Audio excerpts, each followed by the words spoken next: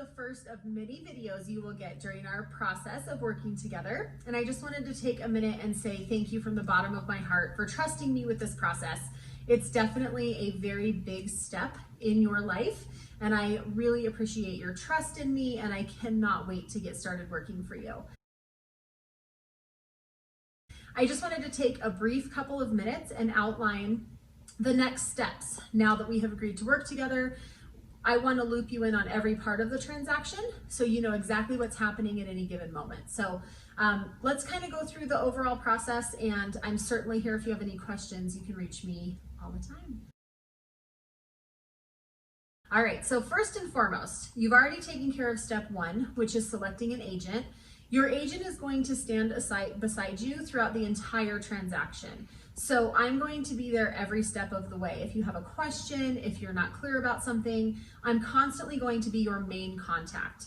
However, our team is going to be quite broad. We're going to bring on several professionals between now and closing that will assist with different parts of the transaction. It is a very detailed process, and there's quite a few deadlines in the contract that we need to work through. So I'm here every step of the way, but there will be a lot of people involved in this journey. Number two, step two, would be aligning yourself with a very good lender. And there is a reason why this is one of the first steps in a real estate process. The lender is an extremely important part of this process. Without a lender, we have no money. And unfortunately, if we don't have any money, we cannot close. So they have to be a really big part of this process. I have been working in real estate since 2001, and I have intentionally created really good relationships with a few different lenders. And each of these lenders have really strong strengths and really good like special markets that they work in. So if you don't have a lender that you're already comfortable with or interested in talking to, I'm happy to put you in touch with one of my preferred lenders, and I'll get you their information and you can start the process of doing a loan application. That's really where all the magic kind of happens. The lenders that I select are people that I have built relationships with over 10 to 15 year periods of time. I trust them completely. I've used them personally, and I know what kind of service they deliver to my clients. And at the end of the day, you and your process and your experience is what matters most to me. So it's really important that you pick a lender right out of the gate that can take care of your interests and make sure that we're looking at the right type of properties and the right price points and the right payment comfort. A lot of lenders will qualify you for quite a bit more than you want to spend on a monthly basis. It's important for us to narrow that window right out of the gate and make sure that we know what we're looking for. All right, so that's step two. After we're on point with pricing and we have a good feel for your loan, it's time to start looking for properties. This is a fun part, and likely something you've already started doing, which is fine. So the first thing I'm gonna do is we're gonna have a brainstorming session, and I would love if we could meet for coffee or grab a beer or something and talk about those goals and that vision of what you want in your next home. If schedules don't align, we can definitely do a conference call or a Zoom or anything you'd like. So 30 minutes, 45 minutes is all it really takes. But what I'm trying to get is a really clear picture of your dream home, what you envision in this property, different size, layout, square footage, area. And maybe you don't have an area selected yet. Maybe that's somewhere that we can talk about and I can fill you in and educate you a little bit on that process or different locations. So I'm just really trying to pick your brain and see what it is that you want in your new home so that we can start looking. Once we have that conversation, I will immediately set you up on an MLS search. There is a reason that I do it direct from the MLS. There's two reasons. Number one is timing, and number two is accuracy. I have found in this business, there are a lot of real estate websites out there, lots of secondary websites. They all pull direct from the MLS. So the MLS is a multi-list system where any seller who's being represented by a realtor puts their home for sale when they go to market. So if I have you in the MLS system as a saved search with your criteria, as soon as a property comes to market, we're going to be emailed within 5 minutes, which is really a great plan when we're in a really competitive market. So what that does is it alerts both of us that there's a brand new listing that hits your criteria, and then we can work to get you in there really quickly so that we're one of the first buyers to see the home rather than finding it later and coming in last. The other thing that I like about the MLS is we know its accuracy. So those listings are mandated and watched to make sure that when something's under contract, it has to be moved under contract. It's very governed, I would say, with its criteria. Whereas a third-party website like Zillow or a Redfin or Realtor.com website, those websites aren't really policed. So I have seen a lot of properties listed for sale that have sold like 3 years ago. So I want to make sure that you're seeing the accurate homes that are available in your search, and that's why we always look at the MLS.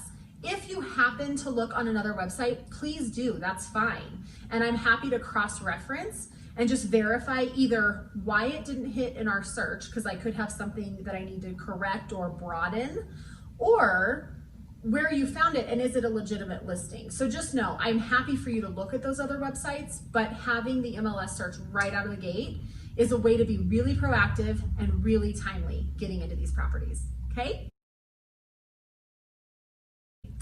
Once we start looking on the computer and we're starting to see properties that you like, then we get to take the super exciting step and go look at them in person, which is always really fun.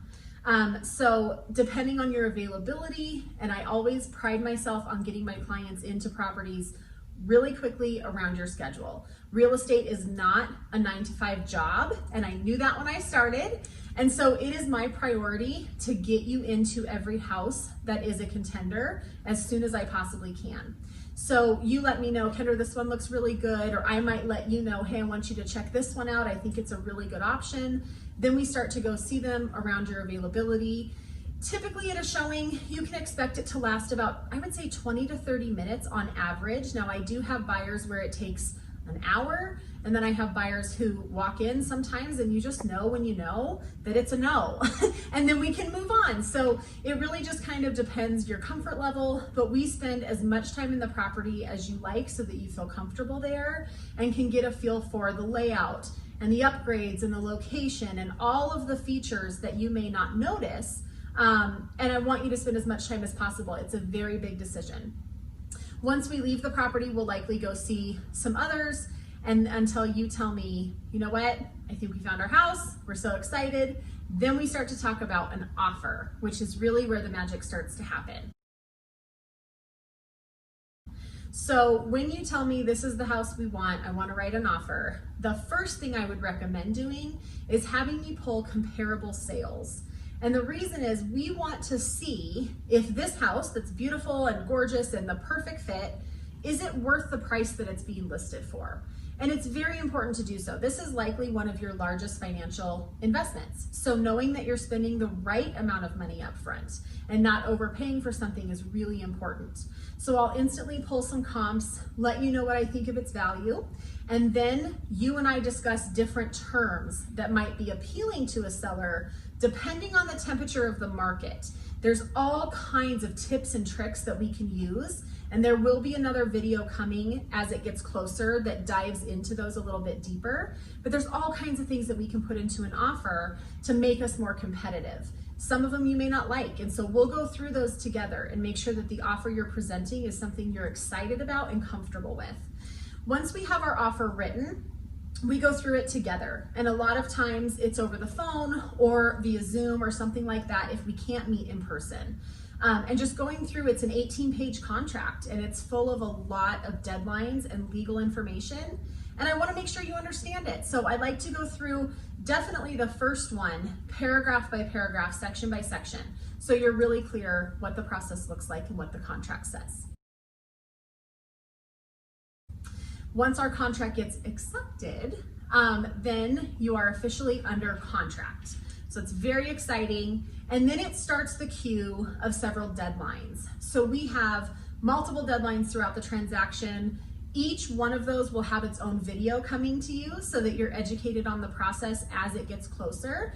But for now, I'm just gonna run through them briefly. First and foremost, we're gonna receive a title commitment.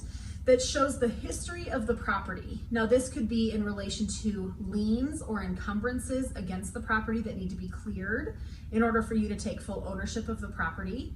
It could also be covenants that are associated and tied to the property, and easements, things like that. So I will dive into that later, but that's one of the first parts of the contract that we want to make sure the title's free and clear.